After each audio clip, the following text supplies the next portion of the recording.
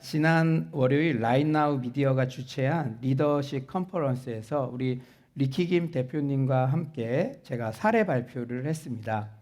사례 발표를 준비하면서 제 마음에 감동받은 부분이 있었어요. 최근에 우연히 내려놓음의 저자 이용규 선교사님의 간증을 듣게 되었는데, 요지는 우리가 너무 우리의 경험과 틀에 맞추어져 있어서 성령님께서 일하실 공간이 제한된다는 내용이었습니다. 본인은 대형교회 1부, 2부, 3부, 4부, 5부 주일 설교를 연달아 해야 되는 그런 부탁을 들을 때 솔직히 마음으로는 너무 힘들다고 하시더라고요. 교회 측에서 설교 시간에 대한 가이드라인을 주는데 그 부목사님들이 이렇게 말씀하신답니다. 설교는 무슨 일이 있어도 30분 안에 꼭 마치셔야 됩니다. 안 그러면 주차장에 대란이 일어나요. 그런데 이제 우리 이용규 선교사님 온유하시니까 그 말에 대해서 어떻게 말은 못하지만 솔직히 마음속에는 이런 의문이 든대요. 2부 예배 때 말씀을 전하는 중에 성령님께서 강력하게 감동을 주시는 부분이 있어서 이 말씀은 꼭 들어야 되는데 30분이 지나가면 주차 때문에 성령님을 자제시켜야 되나? 그런 고민을 마음속으로만 하신다고 했습니다. 그런데 이거 우리가 한번 되게 생각해 볼 문제예요. 저는 그 간증을 들으며 물론 사례 발표 원고를 준비하고 여러 번 읽어도 보았지만 오늘 발표할 때는 원고를 보지 않고 성령님의 인도하심을 더 구하면서 해야겠다는 결심을 했습니다. 제가 그날 사실은 가는 중에 그 설교를 들었거든요. 그래서 저는 성령님께서 감동 주시면 흉내라도 내보자, 바로 순종해보자, 이제 그런 좀 마음이 있으니까 그날은 그렇게 해보자 결심했습니다. 저는 지금까지 6년 동안 철저하게 원고 설교에 익숙해져 있고 지금도 또한 그렇게 원고 설교를 하고 있고 지금도 제 마음은 그렇게 성실히 준비해야 한다는 기본 원칙은 바뀌지 않아서 그날 다른 외부의 그런 사람들도 있고 이게 패턴을 바꾼다는 게 쉽지는 않았지만 마음속에 특별한 감동이 있어서 그날은 그렇게 했습니다. 그런데 실제 사례 발표를 하는 동안 성령님께서 도우심을 느낄 수 있었습니다. 여러분들도 그것을 보고 싶으신 분들은 이 링크 주소를 한번 받아가셔서 이렇게 확인해 보셔도 좋을 거예요. 원고에는 준비하지 않았던 적합한 사례가 떠오르기도 하고 청중들의 눈빛을 보고 발표를 하니 그들의 마음도 읽어지고 무엇보다 발표를 하면서 제가 가장 큰 은혜를 받았습니다. 여러분들도 이런 경험 한두 번은 다 가지고 계실 겁니다. 아무리 원고를 달달 외우고 인간적으로 완벽하게 준비해도 영 시원찮을 때가 있는데 이것이 꼭 간증이나 교회에서 하는 기도나 그런 영역만이 아니라 여러분들이 비즈니스를 감당할 때도 중요한 바이어를 만날 때 아무리 계획을 다 짜고 완벽하다 이런 말도 이렇게 하고 이런 말을 그래도 가도 결과가 좋지 않을 때도 있는데 주님 주신 감동으로 주님을 의지하고 어떤 일을 했을 때 생각하지도 못한 좋은 열매를 맺게 되는 경우를 여러분들도 다 한두 번은 다 경험했을 것입니다. 오늘 야고보서 본문도 지혜에 대해 비슷한 맥락으로 강조합니다. 지혜에는 참지혜와 거짓지혜가 있는데 그러니까 내가 스스로 지혜롭다 말한다고 다 지혜로운 게 아니에요. 지혜의 종류에도 참지혜와 거짓지혜가 있는데 참지혜는 바로 위로부터 온 지혜라고 그렇게 소개합니다. 위로부터 온 지혜, 하늘로부터 온 지혜, 내가 노력해서 공부해서 그런 것이 아니라 그것을 뛰어넘는 beyond, 위로부터 온 지혜. 고린도전서 1장 30절, 골로새서 2장 3절 참 지혜의 근원을 더욱 뚜렷이 밝힙니다. 우리 고린도전서 1장 30절 한번 다 같이 한번 읽어볼까요? 1장 30절입니다. 시작. 너희는 하나님으로부터 나서 그리스도 예수 안에 있고 예수는 하나님으로부터 나와서 우리에게 지혜와 의로움과 거룩함과 구원함이 되셨으니. 아멘. 여러분 풀리지 않는 문제가 있습니까? 지혜를 구합니까? 하늘에 속한 지혜를 구해보시기 바랍니다. 골로새서 2장 3절도 이렇게 말씀하세요. 그 안에는 지혜와 지식의 모든 보화가 감추어져 있느니라. 그가 누굽니까? 예수 그리스도.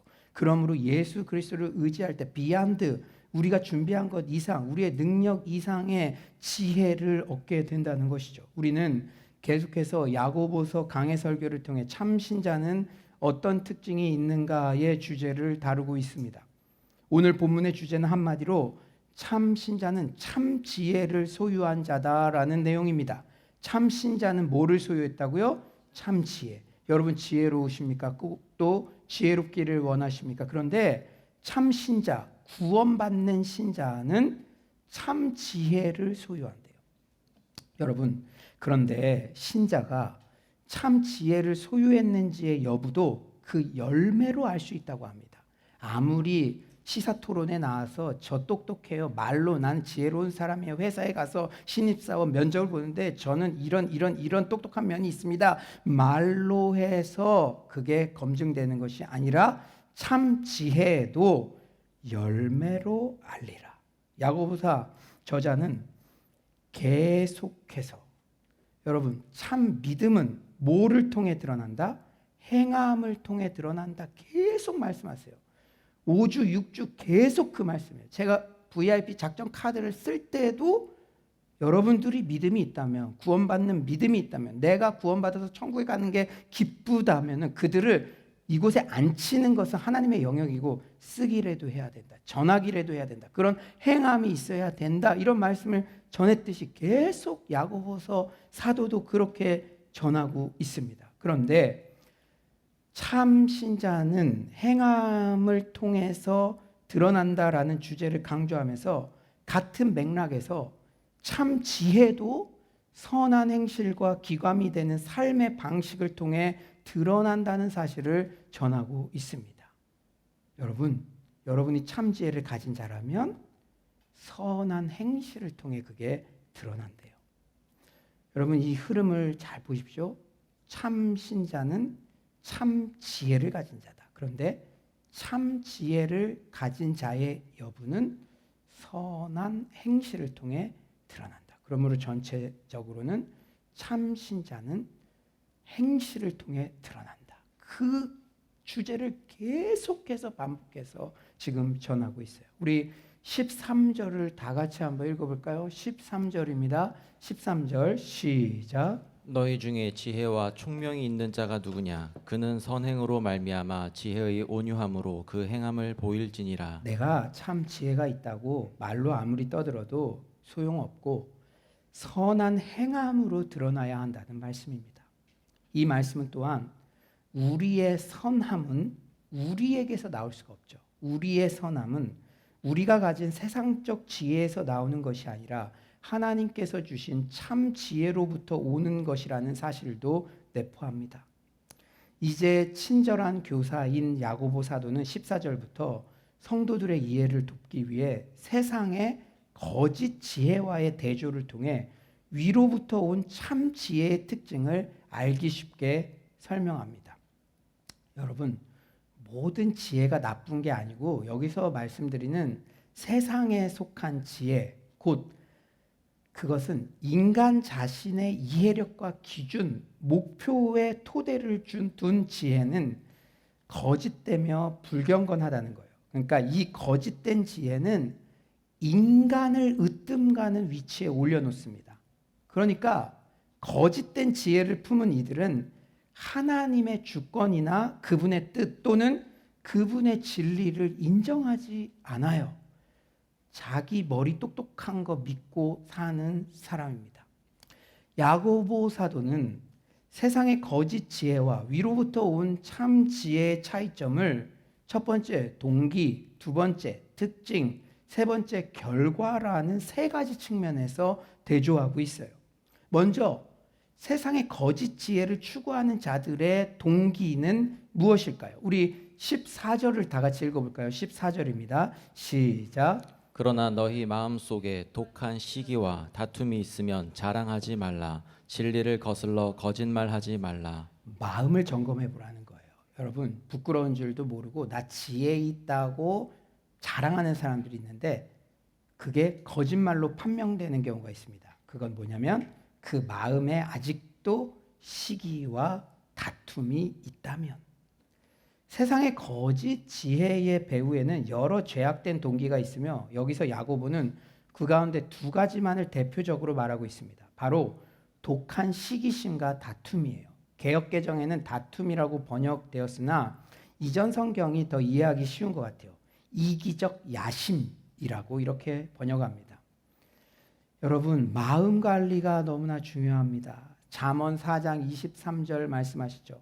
모든 지킬 만한 것 중에 더욱 내 마음을 지키라. 생명의 근원이 이에서 남이니라. 여러분들이 아무리 시간을 잘 관리하고 물질을 잘 관리해서 최고 지성의 강의를 듣고 똑똑해진다 하더라도 마음 안에 시기심과 이런 이기심이 자리 잡혀 있다면 그것은 결국은 세상적 지혜로 간다는 거예요.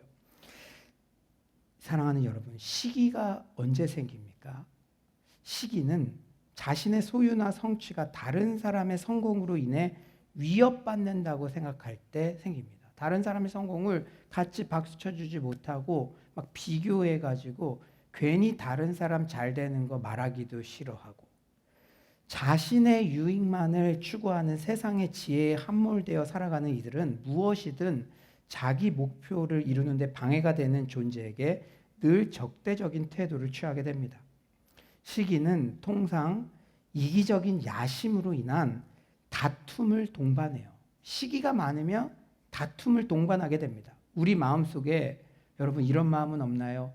저는 있었던 것 같아요. 부지불식간에 타인에 대해 항상 트집을 잡고 비판하는 마음이 들 때가 있어요.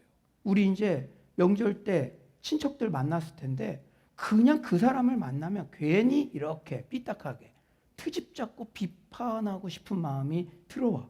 그리고 타인의 성공에 대해서 좋은 말만 하고 끝내도 되는데 뒤끝 있다 그러죠. 꼭 밥맛 떨어지게 하는 게 자신의 사명인 것처럼 못된 말을 꼭 야 축하한다 그런데 돈 많이 들었겠다, 축하한다 그런데 너는 뚱뚱해졌네, 이런 식으로 그런 걸 꼭 덧붙이고 싶은 마음이 들 때가 있어요. 그런데 우리가 웃었잖아요. 그런데 이런 마음을 그냥 별것 아닌 것처럼 내버려 두면 큰일 납니다. 초기의 경고 징후를 인식하지 못하면 결국은 죽게 되어요. 저의 지인은요, 피곤함과 어지럼증을 대수롭지 않게 여기시다가 결국 뇌졸중으로 유명을 달리하신 분도 있습니다.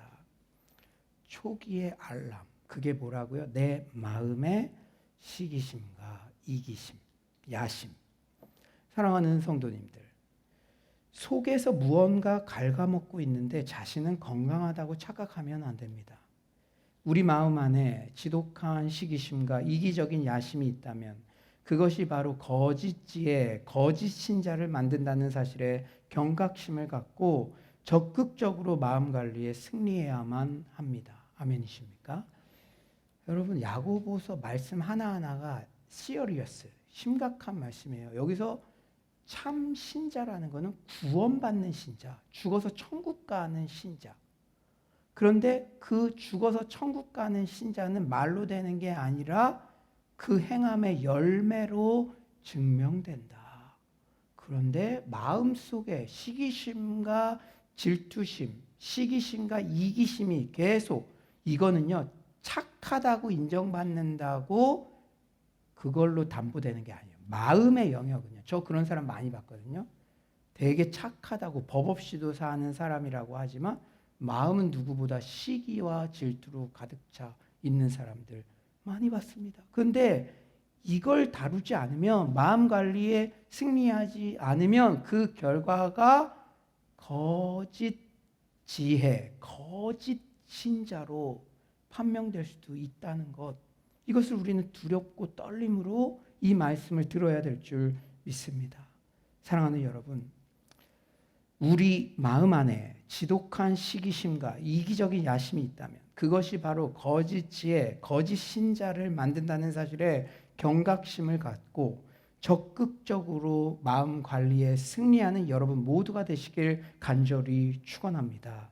다음으로 세상의 거짓 지혜의 특징 15절에 나와 있어요. 여러분들, 내가 가지고 있는 이 지혜가 위로부터 온 참 지혜인가 아니면 가짜 지혜인가 궁금하지 않나요? 그런데 그 특징이 15절에 나와 있어요. 우리 15절 한번 다 같이 한번 읽어봅시다. 15절입니다. 시작. 이러한 지혜는 위로부터 내려온 것이 아니요 땅 위의 것이요 정욕의 것이요 귀신의 것이니. 무서운 말 많이 해요.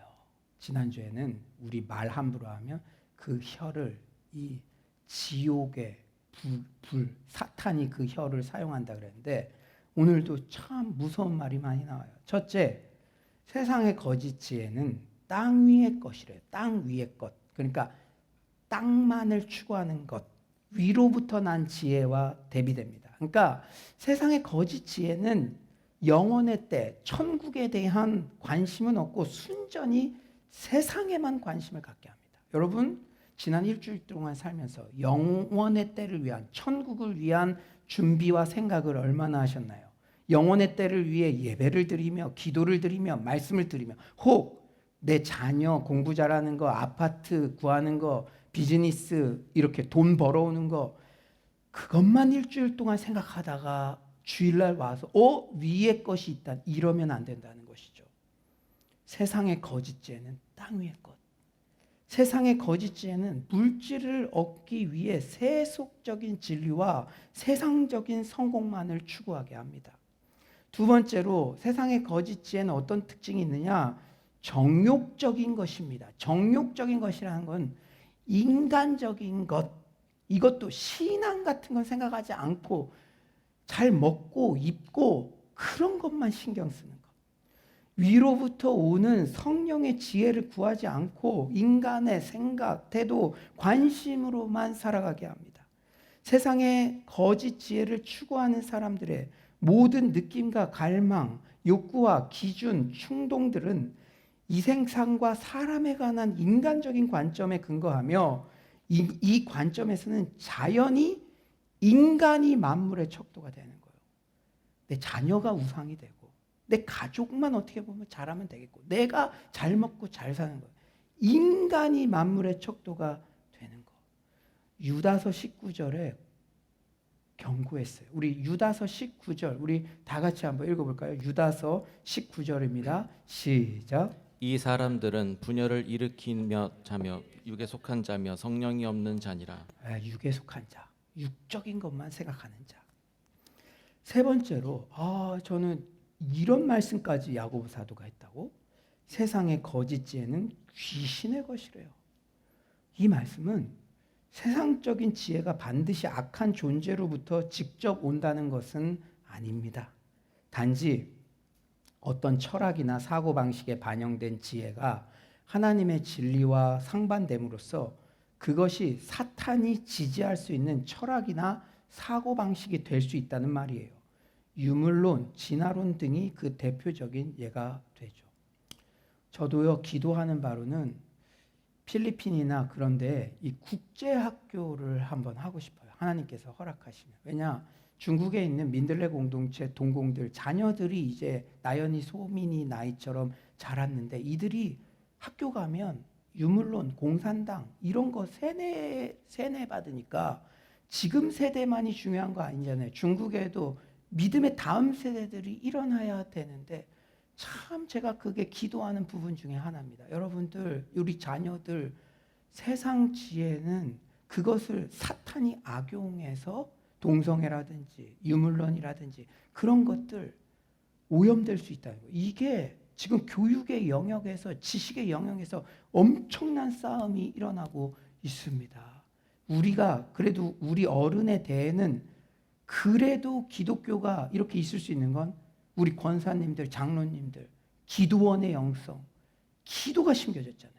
그 우리의 영성은 그대로 우리 자녀에 대해 물러갈 텐데 그들에게 어떤 교육 환경을 우리가 물려주기를 원하십니까? 우리가 참 부모 먼저 하늘에 속한 참된 지혜를 얻고 그것이 자녀들에게 흘러가는 것이 가장 자녀를 사랑하는 방법인 줄 믿습니다. 마지막으로 세상의 거짓 지혜의 결과는 어떻대요? 세상의 거짓 지혜에 대해서 지금 동기가 어디로부터 왔고 그것의 특징은 어떻고 이제 그 결국은 어떻다.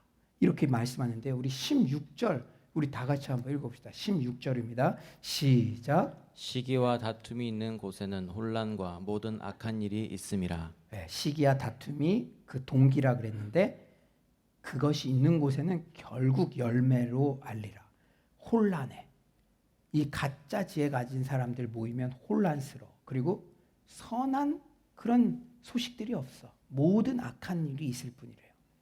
세상의 거짓 지혜의 결국은 신자들 사이에 무질서와 분열과 악한 행동을 일으킵니다. 이 세상의 모든 충돌과 범죄, 싸움과 전쟁은 인간의 세상적인 지혜가 낳은 참상을 보여주는 증거들이에요. 여러분, 역사가 진행될수록 세상의 지혜는 더 발달하죠. 그러면 더 평화로워야 되는데 분쟁의 소식들은 더 많아지죠. 이것은 세상의 지혜는 한계가 있다. 그것은 혼란만을 가증할 뿐이다라는 것을 보여주는 강력한 증거가 되는 것이죠. 인간의 세상적인 지혜로부터는 궁극적으로 어떤 선한 일도 생길 수가 없습니다. 야고보 사도가 거짓 지혜를 설명하면서 말하려는 것을 요약하면 이래요. 여러분 한번 잘 들어보세요. 요약만 잘해도 이해됩니다. 어떤 사람이 그 입으로는 예수 그리스도에 대한 구원의 신앙을 고백하고 자신에게 하나님이 주시는 지혜가 있다고 주장한다고 합시다.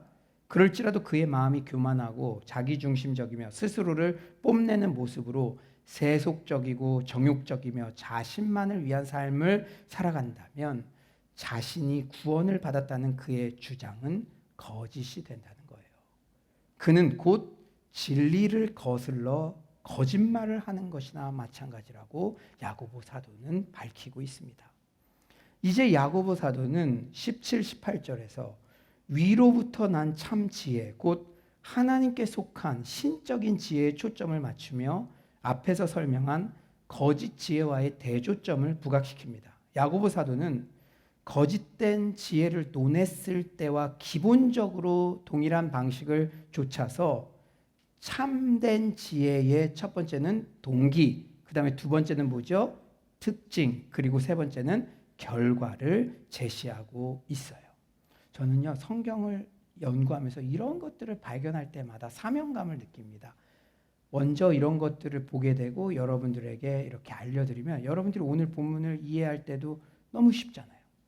참된 지혜가 어떤 건지 알려주는데 그거 딱 어린아이들도 딱 이해하려면 대조를 하면 좋죠. 그래서 거짓 지혜에 대해서 동기, 특징, 결과 얘기했다면 똑같은 걸로 대조해야 이해하기 쉽잖아요. 이제는 참된 지혜의 동기, 특징, 결과에 대해서 말하고 있어요. 우선 참된 지혜의 동기는 성결함에 있습니다. 뭐에 있다고요? 성결함. 17장 상반절에 이렇게 말씀하시죠. 오직 위로부터 난 지혜는 첫째 성결하고. 성결함은 불순물이나 더러움이 없는 상태를 말해요. 불순하거나 이기적인 동기가 없는 겁니다. 동기의 순수성을 가진 자에게 위로부터 온 참된 지혜가 부어진다는 거예요. 마태복음 5장 8절은 말씀하시죠. 우리 마태복음 5장 8절 다 같이 한번 읽어봅시다. 마태복음 5장 8절 시작. 마음이 청결한 자는 복이 있나니 그들이 하나님을 볼 것이며. 예, 마음이 청결한 자, 성결한 자, 그들이 하나님을 본다는 거예요. 하나님과 연결된다는 거예요. 하나님의 지혜가 들어오는데 막는 것이 없고 그들에게 고스란히 전달된다는 거예요. 성결한 생각과 행위를 하는 주의 백성들은 어떤 상황에 처해도 그 안에서 하나님께서 역사하시는 것을 보게 됩니다. 다음으로 참 지혜의 특징은 7가지로 정리할 수가 있어요. 제가 참 지혜를 내가 가진 자인지 참 지혜자의 성품이라고도 할 수 있는데요. 여러분 한번 잘 들어보세요. 좀 빠른 속도로 그 7가지를 정리해 드리겠습니다. 17절 하반절에 이렇게 말씀하시죠. 다음에 화평하고 관용하고 양순하며 긍휼과 선한 열매가 가득하고 편견과 거짓이 없나니. 첫 번째로 뭐래요? 화평. 화평은요, 다툼을 싫어하고 쉽게 성내지 않는 것을 말해요. 여러분들처럼. 두 번째는 관용. 관용은 공정한, 온건한, 유연한이라는 뜻입니다. 그러니까 지고한 이상을 위해서 자신의 권리를 포기하는 사람의 성품, 그걸 말하는 거예요. 그러니까 이 아브라함과 롯이, 아브라함이 그랬죠. 나이도 많고 그 삼촌이라고 해서 내가 먼저 그것을 딱 취하지 않고, 아브라함은 하나님께서 약속의 땅 주셨으니까 하나님께서 나를 축복해 주실 것이다. 그 지고한 믿음이 있었죠. 그것을 지키기 위해서 네가 좌하면 내가 우하겠다. 이게 바로 관용이라는 거예요. 세 번째로 이 양수는 잘과 설득할 수 있는 이라는 두 단어의 합성어입니다. 잘 설득되는. 그럼 좀 이상하죠. 이것은 어리숙하게 잘 속는 사람이라는 뜻이 결코 아니에요. 고집을 버리고 진리를 흔쾌히 받아들이는 사람의 성품을 말합니다. 네 번째로 긍휼은요, 벌 받아야 마땅한 사람을 측은히 여기는 것입니다.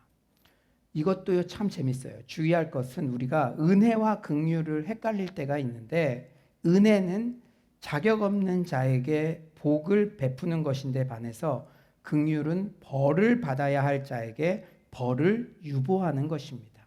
우리가 자녀를 키울 때도 자녀들이 뭐 나한테 한 것 없지만 그럼에도 불구하고 먹여주고 입혀주고, 그거는 자녀가 받은 은혜죠. 그런데 진짜 나한테 잘못한 거 있는데 5살 때까지는 봐줘. 이런 거는 바로 긍휼이라는 것이죠. 다섯째로 풍성한 선한 열매. 이거는 긍휼과 연결된 건데요. 참 지혜를 가진 사람은 긍휼을 베풀며 선한 열매가 가득합니다. 여섯째, 편견 없음은 하나님께서 주신 진리에 관한 절대적인 확신을 나타냅니다. 그런데 우리가 궁금할 수가 있죠. 이것은 고집을 버리는 양순과 상충되는 거 아닌가? 아니에요. 이것은 양순과 상충되지 않고 조화됩니다. 즉, 참 지혜자는 진리에 대해서는 타협하지 않지만 그 외의 것에 대해서는 양순, 물처럼 부드러운 태도를 가진다는 것이죠. 일곱째, 거짓 없음은 위선이 없으며 교활하지 않고 아무것도 숨기지 않고 정직하고 솔직한 그런 상태를 말합니다. 이게 무슨 특징이라고요? 참 지혜자의 특징. 내가 참 지혜를 소유했다면 그게 말만 그런 게 아니라 그 사람이 지나가는 자리에 이런 특징, 이런 성품들이 마땅히 드러나야 한다는 거예요. 위의 모든 특성은 성경에서 가르치는 신적인 지혜에 속한 미덕입니다. 참 지혜자, 즉 참 신자들은 성령님이 그들 안에서 일하실 때 이런 미덕들을 열매로 맺게 된다는 것이죠.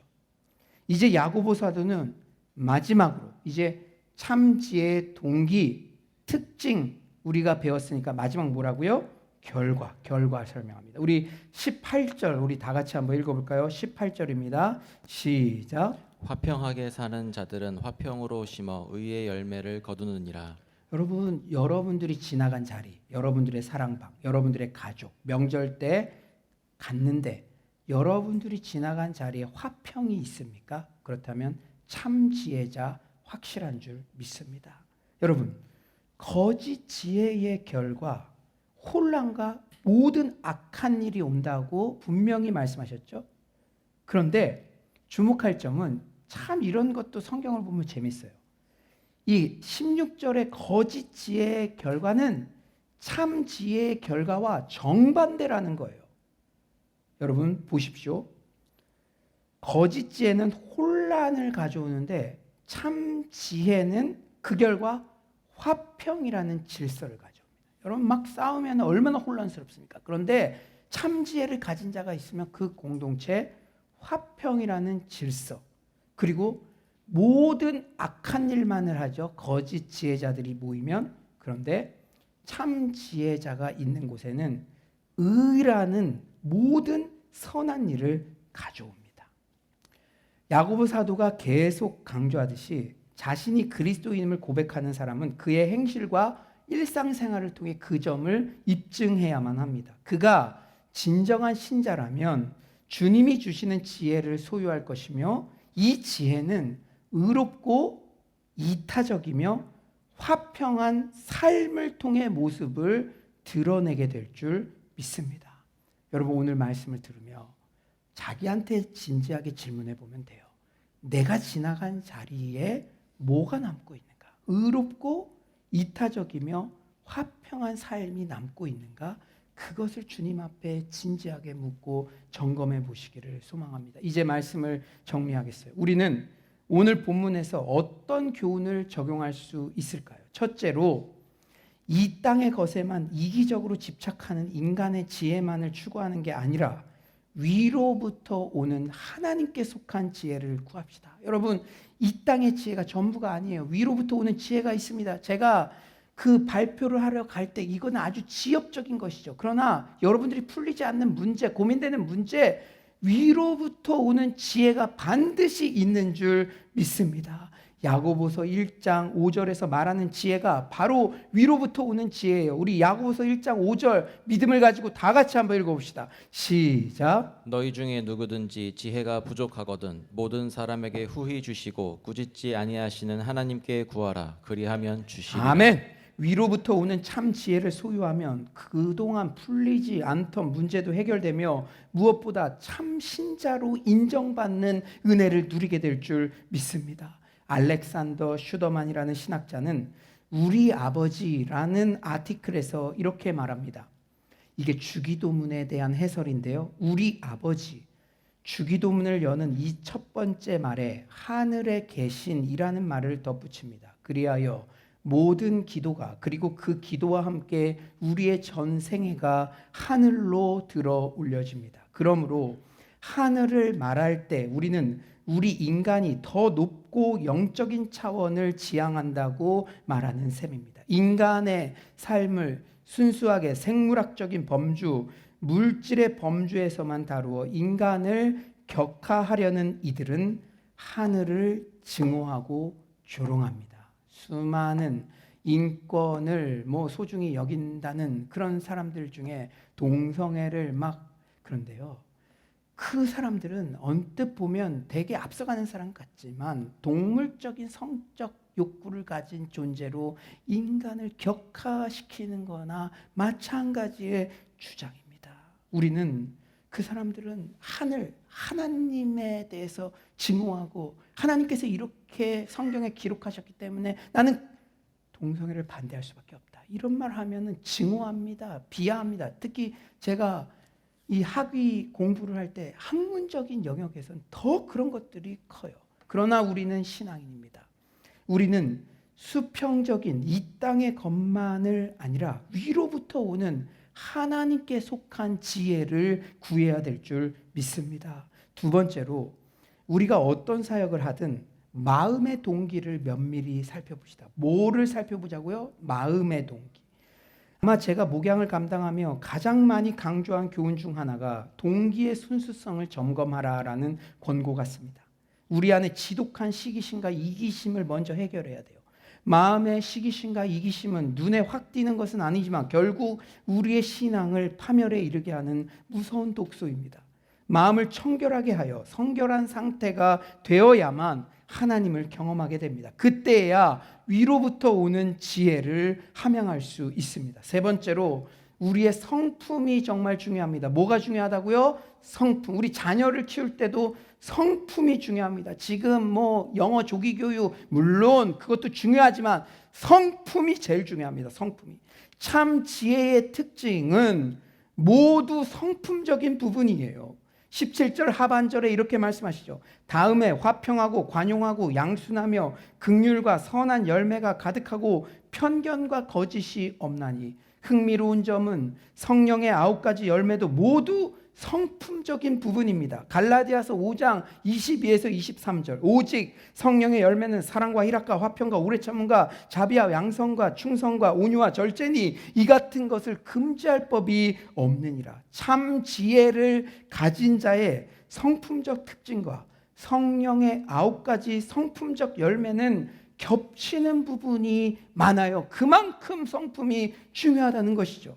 우리는 흔히 지식이 많거나 화려한 언변을 자랑하거나 학벌이 넘사벽이거나 겉으로 드러난 외형적 조건에 환호하곤 하지만 결국 성품이 그 사람의 최종 됨됨이를 말하고 성품의 힘이 무엇보다 강력합니다. 참 지혜자의 성품적 특징 중에 자신이 가장 보완하고 싶은 자질을 한 개씩 선택해서 이번 주에 의식적으로 적용해 보면 어떨까요? 여러분, 두렵고 떨림으로 구원을 이루라고 하신 것처럼 물론 하늘에 있는 지혜는 내 힘만으로는 안 되지만 주님께 구하며 내가 열심히 노력하는 것, 의식하며 노력하는 것 또한 중요한 줄 믿습니다. 저는요, 개인적으로 제가 탁 깨닫게 된 게 이 양순이라는 게 잘 설득되는 사람, 그리고 고집을 버리고 진리를 흔쾌히 받아들이는 사람의 성품을 말한다는 점이 정말 큰 울림이 되었어요. 그래서 이번 주에도 여러 미팅들이 있는데 양순 이거 내가 꼭 적용해야겠다. 이번 한 주는 늘 겸손하게 배우는 자세로 사람들도 만나고 열린 생각을 갖도록 실천하겠습니다. 제가 이 설교 쓰자마자 적었습니다. 여러분들도 오늘 본문에 나와 있는 참 지혜자의 성품 중에 내가 화평이 부족하다 그러면 이번 한 주 동안은 정말 싸우지 않겠습니다. 부부간에도 절대 이번 한 주만큼만이라도 의식적으로 그러지 않겠습니다. 하나씩 적용하는 여러분들 되시기를 소망합니다. 마지막으로 내가 참 지혜를 소유한 자라는 사실도 결국은 열매를 통해 입증됩니다. 사실 야고보 사도가 오늘 본문을 쓴 동기가 뭐냐면요, 좀 가슴 아프지만 이런 질문에서 시작됐어요. 야 성도들아, 내가 사랑하는 성도들아, 너희들이 지혜 있다고 스스로 자랑하지만 나 이것도 배웠어, 나 여기까지 알아, 나 이렇게 잘 나가는 사람이야, 나 지혜 있는 사람이야 스스로 자랑하지 왜 정작 참 지혜자처럼 실제 살아가지 않느냐? 너는 그렇게 지혜 있다고 말하는데 너의 자녀들은 네가 가는 곳마다 분란이 일어나고 너무 힘들다고 말한다. 미안하지만 그건 거짓말하는 거야. 진짜 사랑하니까 그런 권고도 할 수 있는 것이죠. 여러분, 언젠가 어떤 목사님이요 설교를 6주 동안 동일한 내용을 막 했답니다. 처음에는 듣다가 성도들이 막 찾아왔대요. 우리 목사님 설교 준비 안 한다. 그랬더니 그 목사님이 한마디 했는데 잠잠해졌다고 합니다. 6주 동안 했던 말씀 얼마나 실천했습니까? 하나라도 실천한 것을 가지고 오시면 제가 그때 다른 설교를 하겠습니다. 야고보 사도도 계속 반복적으로 지금 몇 주 동안 우리 교회 설교를 통해서도 참 신자는, 믿음이 있는 자들은 행합니다. 참 지혜자는 삶의 열매로 드러납니다. 작은 것부터 실천하는 여러분 되시길 간절히 축원합니다. 참 지혜자가 지나간 자리는 혼란과 악한 일이 사라지고 결국 화평과 의가 남습니다.